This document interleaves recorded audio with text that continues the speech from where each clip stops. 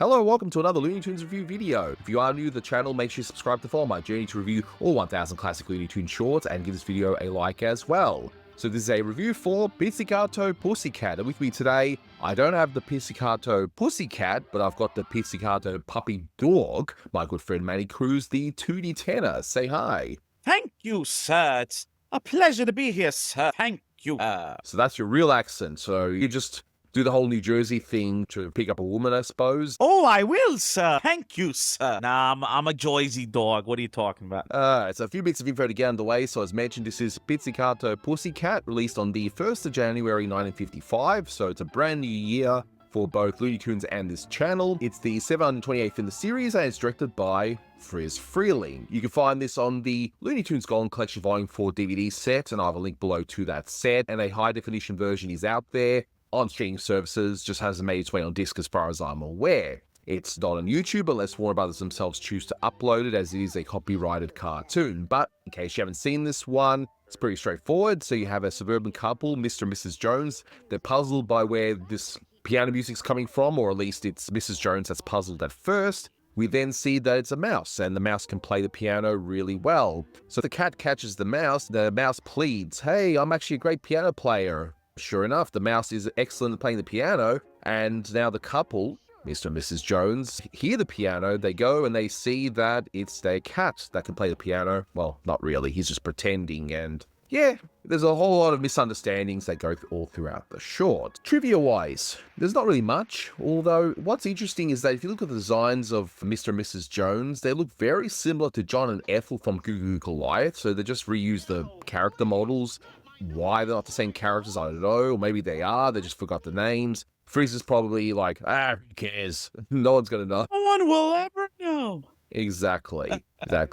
I mean, this even has a narrator voiced by Norman Nesbitt. My guess is that this was supposed to be like a follow-up to Goo Goo Goliath in the sense, but whatever, it's probably information lost to time. And in terms of voice actors, you got Mel Blanc voicing the cat and mouse and Mr. Jones. Norman Nesbitt is the narrator. He also voices one of the doctors and two of the critics. And you got Marion Richman, who does the voice of Mrs. Jones. And this short apparently was produced before By Word of Mouse, even though By Word of Mouse was released in 1994. And this was released, it's the first of 55. But if you look at one of the newspapers later on in the short, you'll see April 1954. So that's how much of a backlog they had by this point, and they were releasing it as the studio had now reopened, but now they're making more shorts to obviously continue forward. So, Manny, the title itself, what does Pizzicato refer to? So, pizzicato, it's another Italian term, because for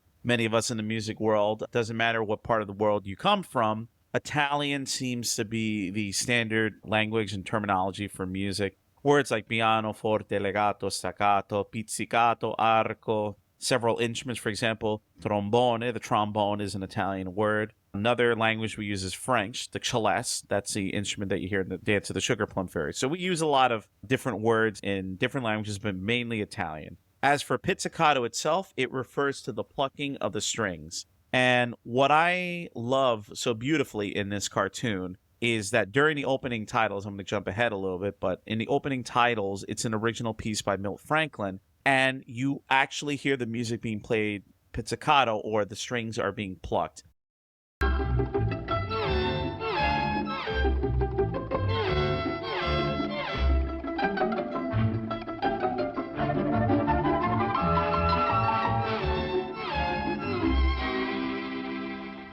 And you usually see it indicated in the sheet music for a string player. Generally speaking, if a string player is looking at their sheet music, they know that they have to bow it. But let's say they're playing the music, they're bowing it, and then, here comes a part that's plucked or pizzicato. For example, think of the opening of In the Hall of the Mountain King. That's all pizzicato. Or even the Dance of the Sugar Plum Fairy. And arco is written in the sheet music when the composer wants the string player to return back to using the bow. There was a music teacher that I worked with years ago. When she was teaching the kids, she would tell them, the term pizzicato when they were plucking the strings.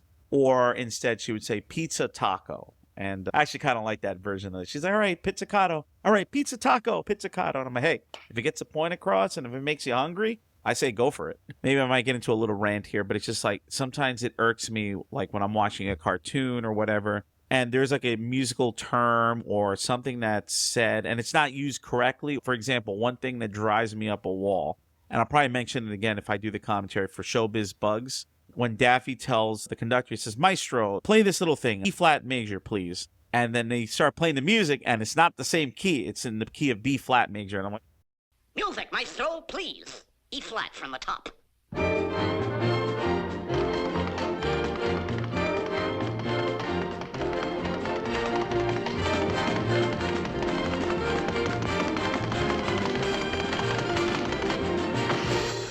starts driving me nuts. But then I'm like, wait a minute. Most people would not even understand what you're complaining about. And same thing, people are watching this cartoon. "Oh, pizzicato, that sounds kind of cute." And then they hear the string music being played pizzicato, and they wouldn't even put two and two together. Just thinking, "Oh, this is the cartoon with a cat in it." Oh. So, Yeah, the Philistines, How dare they? How dare they? How dare you? So, farewell to low comedy. So watching this short for the first time in a long time, I had seen this one before, not just in the Golden Collection, but I've seen it a few times since, and this is one of those just lovely little gems. I know I overuse the word gems, sue me, I guess, but I have to say, this is a nice little one-shot idea. It kind of reminds me, funnily enough, of the Tom and Jerry short Johann Mouse that was released in '53. The ideas are different, okay, but it does involve a cat and a mouse where one of them plays the piano, right? In this short, it's the mouse that plays the piano, the cat's pretending, and in Johann Mouse, Tom actually learning to play piano to lure Jerry out. But it kind of reminds me of that, and a lot of the times different studios would sort of influence each other in terms of ideas. But can we just say the design of the cat and mouse, especially the cat, I think, in this short, I just love the design, especially when you see at the very beginning when the short opens like a storybook. It's like a little golden book. And we see that beautiful drawing of that cat. I know you're a dog lover, but, what did you think? Oh, no, I have to 100% agree with you on that. The character designs in this one, not so much the humans, but the animals, I really, really like. The cat's really cool, but the mouse, it's like, he looks really cute, but you could also still see, like, through that cuteness, it's like, I don't know, he's a dignified kind of cute, and it sells the point home when he starts talking in a British accent, and it's like, it's really cute. It's neat and it's cute. It's like, oh, he's adorable. And he's super well-spoken as he says, my friends consider me a fine pianist. And it's like, well, yeah, I could hear it by the way you play. So, bravo to you. I'm no ordinary mouse. I'm considered to be a very fine pianist. That is, by my friends. And going with the voices, too, is not only just having neat character designs, but the voices themselves. I mean, you have the mouse with the really nice British accent. And then the cat talking, like, I hear hints of Daffy Duck in his voice, especially in the beginning. He goes, Yeah. Who's never heard of a mouse playing piano? A mouse playing a piano! Who ever heard of a mouse pianist? And, I was like, wait, Daffy, what are you doing here? Yeah, it sounded like Daffy with a slight German accent or Russian accent or something. There's no defined accent in this one. It's just, I guess, Daffy Duck sounding a little different. I mean, it's not bad. It's fun in terms of a voice, but that was the first thought that came to mind as well. So, no, you're not crazy. Well, maybe a little bit, but, Yeah, just a wee bit. But this is not the first time where a certain voice is recycled. One of the Tex Avery Fox and Hounds, where the fox is using the same voice that Bugs Bunny has with the New York accent and all that. Have you seen a fox around here, George? A fox? Yeah, a little red one. About my size? Yeah, With a long bushy tail? yeah. Oh, him. He just passed here. Or like some of the cartoons that Pencil Colvig did for the studio, it's like where you hear Goofy's voice coming out of a dog. And it's like, wait a minute, that voice does not belong in this character. Over the sea, let's go, men. We're shoving right off again. Nobody knows where or when. We're shoving right off again. So it throws you off for a little bit because of how familiar we've become to Daffy and Bugs. But I like the way this is all set up. So, as I mentioned before, it opens kind of like a little golden book. It's sort of telling a story. We got the narration, setting everything up, and then we have a little minor argument between Mr. and Mrs. Jones over the piano sounds being heard, and we see the cat sleeping, and we pan over. And I like how you hear a hint of piano at first, but then it just builds up, and then it pans by the grand piano. So I'm assuming Mr. Jones is a well-made man, like he makes a lot of money probably, because I don't know how much a grand piano would have cost back then. Don't look it up, Manny. We're going to run out of time. You knew I was going to do it. But as it pans past, I like the fact that it plays with your expectations. So you think, oh, is someone playing the piano? No one's playing that piano. So what on earth is going on?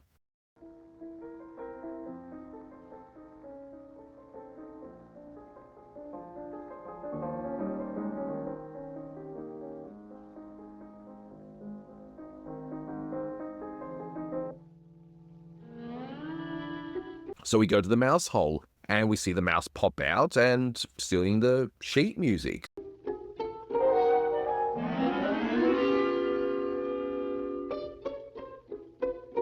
It's a great way to set things up that what is playing the piano? Is it another person breaking in the house? What's going on? But no, it's a mouse, and he has his own little piano. So it's a great opening. It's like, it's deceptive, but it gets your attention. And I've said it before, I've always been more of a fan of the cartoons from the late 30s, early 40s, in terms of like the designs of the background. But I understand now we're in 1955. During the studio shutdown, the UPA influence, but something about the way that these backgrounds were drawn. Richard Thomas was responsible for it in this cartoon. Obviously, the layouts by Hawley Pratt. But at the same time, it just also goes with just how great Friz Freleng was with minimalism to an extent, and just like being more economical in how he directs his cartoons and how he guided his artists. We start off with a basic chase, and there's a bit of subversion of expectations here, because you see a basic cat and mouse chase, which we've seen a million times before, not just in Tom and Jerry over at MGM, but even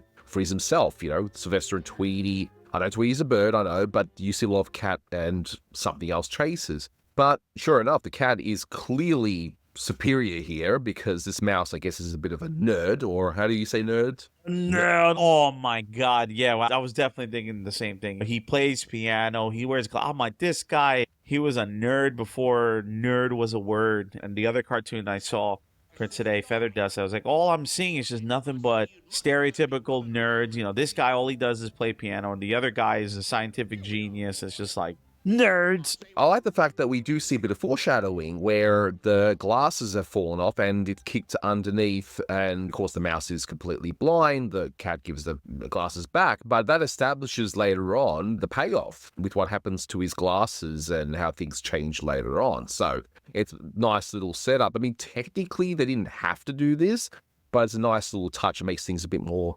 well-rounded. You know what? All was missing is the clip of Millhouse going, my glasses. That's all it really needs. There's your Simpsons reference, of course. My Simpsons reference. You got it. If you don't have it, there's no point. Exactly. So the mouse is begging to be released, saying, I'm a special mouse, I'm a great pianist. And of course, the cat's skeptical, kind of dismissive, but it's like, all right, let's check this out anyway for the heck of it, So he gets the piano for the mouse and gets some sheet music, which I'm assuming that Acme's rival, Ajax, they do sheet music. So I guess there's a bit of a competition going on there, because I'm not sure why Ajax, because that's a cleaning company, I think. But they seem to mix between Acme and Ajax. I mean, for many years, I knew Yamaha as a music company, and then I found out, wait a minute, motorcycles? Wait, the same company that makes motorcycles also makes musical instruments, pianos and brass instruments and whatever. And then I didn't even realize until years later that the Yamaha logo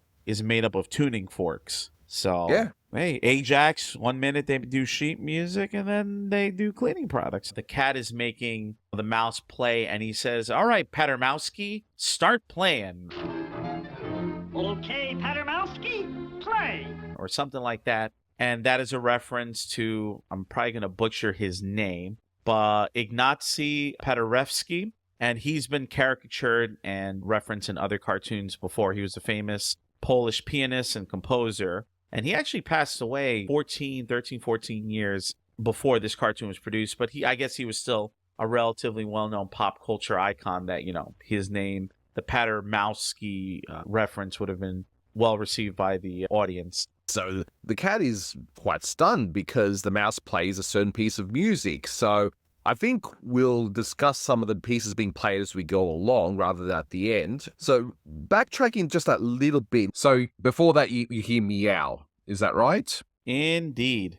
This is a story about an ordinary cat and an extraordinary mouse. And we hear, because we've never heard this cue in any Looney Tunes short whatsoever, not by Carl Starling or anyone, Home Sweet Home. Am I right?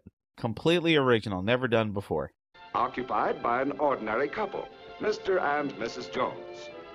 Yes, exactly. No one cared in case anyone's encountered this review. I want people to think I'm spreading misinformation. No. You hear it just about everywhere when you're referencing a home. But yeah, that's the cue you hear. We see all these wonderful notes, which I'm going to assume is accurate. I'm not a musician, so you can perhaps take over and say, hey, are the notes accurate and what is he playing?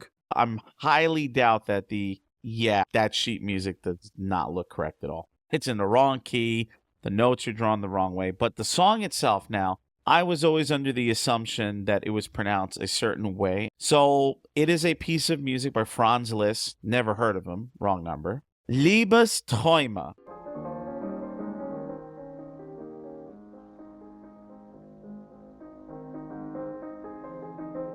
I thought it was Liebestrom, but it's Liebesträume. And translating into English, Liebe means love, and Ram or Träume means dreams.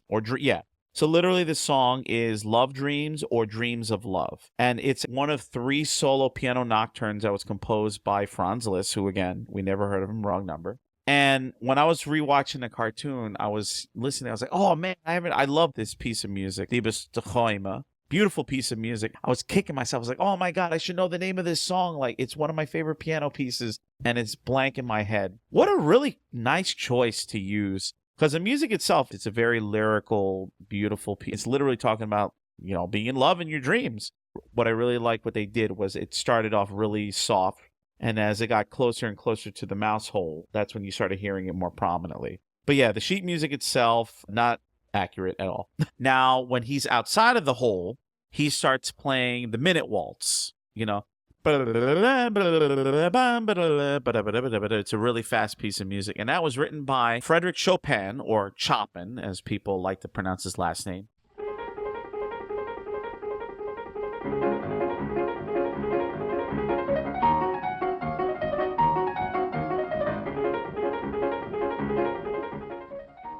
There's that piano again. I'm sure I hear it this time.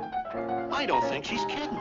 But what I like what he did there is that he threw in some jazz in there and a little boogie-woogie in the way that he played the Minute Waltz, because, jazz was not around when Frederick Chopin was alive. And I should know this information off the top of my head. I didn't even look it up. The name of the pianist who was used in this cartoon. And something I was thinking about the whole time, I'm like, this mouse is both equally really good at playing jazz and really good at playing classical music. And I know there are some artists, they're strictly classical musicians or they're strictly jazz musicians.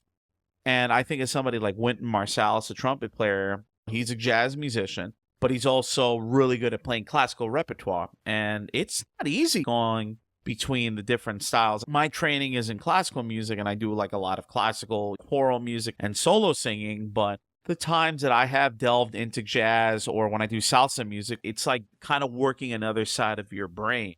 But for the mouse to be able to start the minute waltz in more the classical style, and then he slowly starts morphing it into like a jazz rendition, it's like, yeah, this mouse is the real deal. Think of like John Williams, Star Wars theme and creator and all that sort of stuff. He started off as a jazz musician, really, as Johnny Williams. So, yeah, it takes a lot of talent to be able to have such a wide variety when it comes to music. Just thought I'd throw that in there as well, so I don't sound like a complete musical illiterate. So, at least I know something, right? And so the couple end up hearing this music. It's like, wait a minute, I hear it too. So Mr. Jones is like, oh, my wife isn't crazy after all, because, hey, this is the 1950s, right? And women are like, oh, it's all in your head. But anyway, we won't get too in-depth into that. But the cat has to think, oh, okay, the mouse is clearly in the zone playing the music, and that's pretty much what a lot of musicians would be, I would imagine,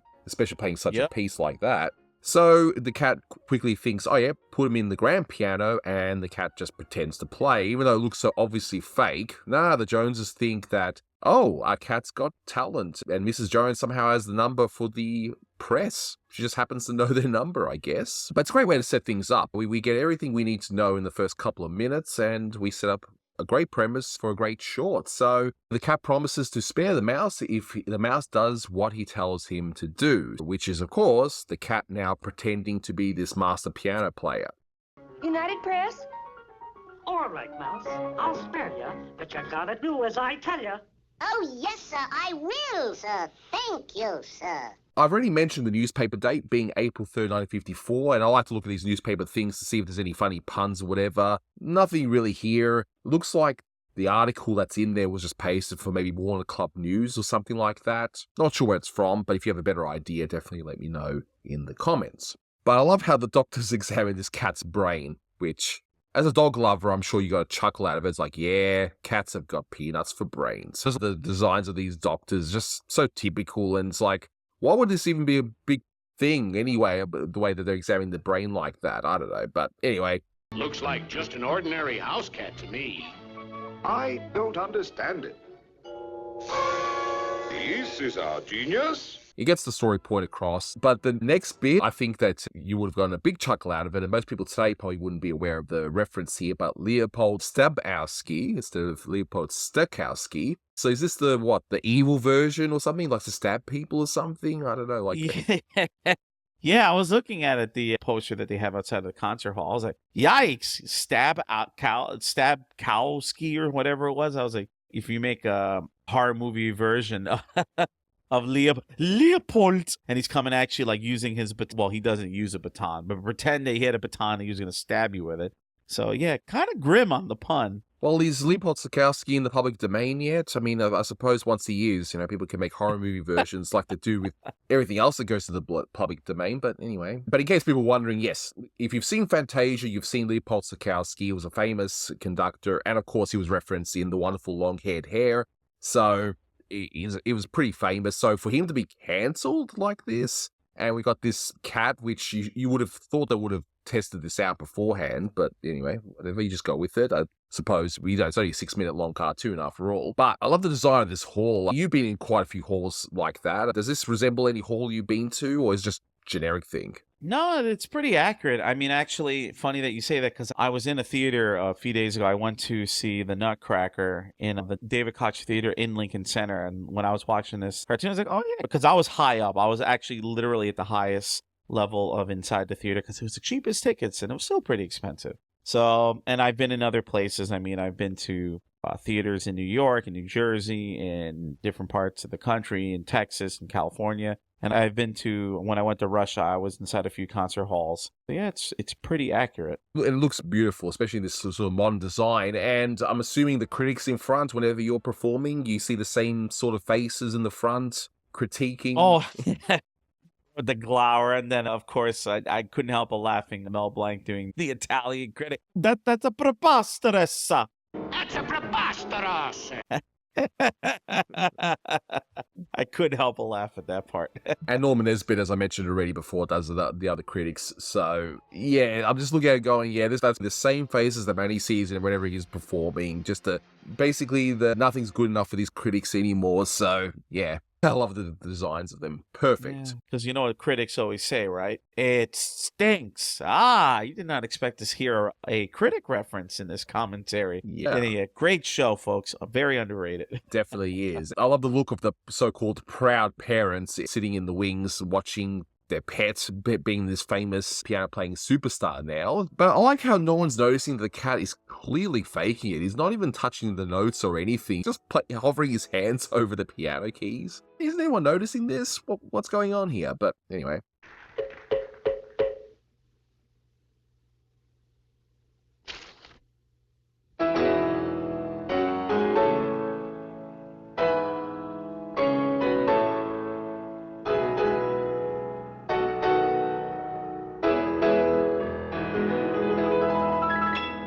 So he says to the mouse, when I tap you, you start playing, right? And that leads to the plot twist. And what happens? well, we will foreshadow this before, but the glasses break and the cat is exposed for being a fraud. Womp, womp, womp. Ridiculous! Yes, and probably would have expected something more after this, but I guess it gets its point across where the mouse just plays really bad because he can't see the notes. And as you say, it's a preposterous as everyone leaves and Mr. and Mrs. Jones slink away. Otherwise, I guess they'd have tomatoes thrown at them as well, that sort of thing. But anyway, but what was that piece that the mouse played great at first, but then, of course, yeah. I was going to say the piece that he played terribly was a piano rendition by Manny Cruz. No. I'm not a great piano player. So when I heard him messing, I was like, oh, yeah, that sounds like me. Now, I was looking at the cue sheet, and according to the cue sheet, and it's probably a mistake from the original ones that, in the Warner Brothers archive, keeping my fingers crossed, I will get access to them one day, and I do want to check them out. But according to that one, it says the Second Hungarian Rhapsody by Liszt, and I'm like, no. I have listened to that piece of music literally hundreds of times. That is not the Second Hungarian Rhapsody. So I did a little digging around, and it is a Hungarian Rhapsody, but add 12 to that one. So it is Hungarian Rhapsody number 14 by Franz Liszt, and that's the one that the mouse plays, and then obviously, like you said, plot twists, he breaks his glasses, and then, I don't know, maybe the other one is some 20th century contemporary music of that time period, because I took Music History 3 in undergrad, and some of those composers from around that time period, guys like John Cage or Oliver Messiaen, those really avant-garde composers. Now my ears are a little bit more, mindful and understanding of music from, because I mean, think of it this way. It's like in the 50s, you had in the popular music world, that's when rock and roll was starting to become prominent with Chuck Berry and Elvis, whose birthday's this week, and other musicians. But then in the quote-unquote, I don't know what's the right term, classical music or the art music world, you had some really weird stuff coming out in this time period. And yeah, the mouse plunking away at the keys definitely sounded like that stuff I heard in Music History 3. And just imagine me, 2-year-old me, 21-year-old me in undergrad, just rocking back and forth in my chair like, I don't like this music. So we then see a contrasting newspaper. I just like how it must be 2 very slow news days, because you wouldn't have such a thing on the front cover, I would imagine, but whatever. It's just to get its point across. That's fine. I like how they actually use a different article for the text in the body of that article. So they could have just reused the same one from before, because no one would have really noticed except for, nerds like, 70-odd years later or whatever. So, yeah. A bunch of nerds coming out in this thing called the internet. Woo! Exactly.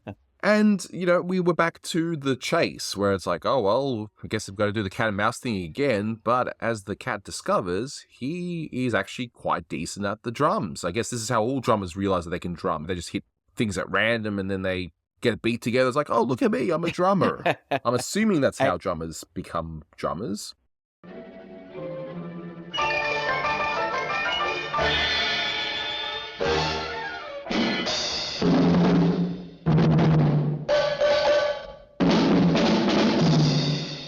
And you know what? That's actually pretty accurate based on the experiences of a lot of my friends. And one of my closest friends, he's a percussionist as well. And as you're a little kid and you just start getting pots and pans and start banging on them, like, oh, this has a cool sound. And then, pots and pans, and then years later turns into toms and hi-hats and kick drums and all that other stuff. But it's cool that, the cat, it's like, yeah, I'm not a piano player, but I'm a percussionist, and I had no idea I was this whole time. Yeah, it's a nice little touch, and it's a nice little ending. I just love this whole end scene where it's different. I've never really seen this before in a Looney Tunes short, just how it actually ends, kind of like a storybook thing. Like I said, it starts off like a little golden book where there's a proper ending to the story, and we get one here. So yeah, he discovers he has talent after all. We do see one rather unfortunate Chinese stereotype gag that's, I believe, edited for TV, but it's so minor, it doesn't really ruin the rest of the cartoon. You just roll your eyes a bit and move on, right?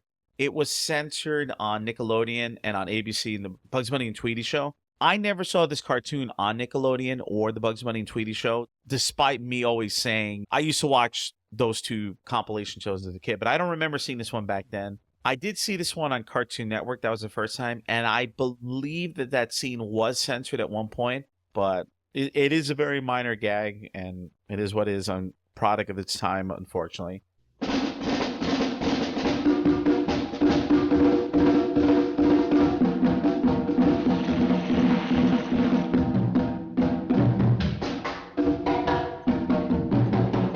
The drums going off, and the mouse is like, oh, look, hey, I'll play too. And they end up playing together. But this was the song that you mentioned that you thought was an original Milt Franklin thing, but it's actually not.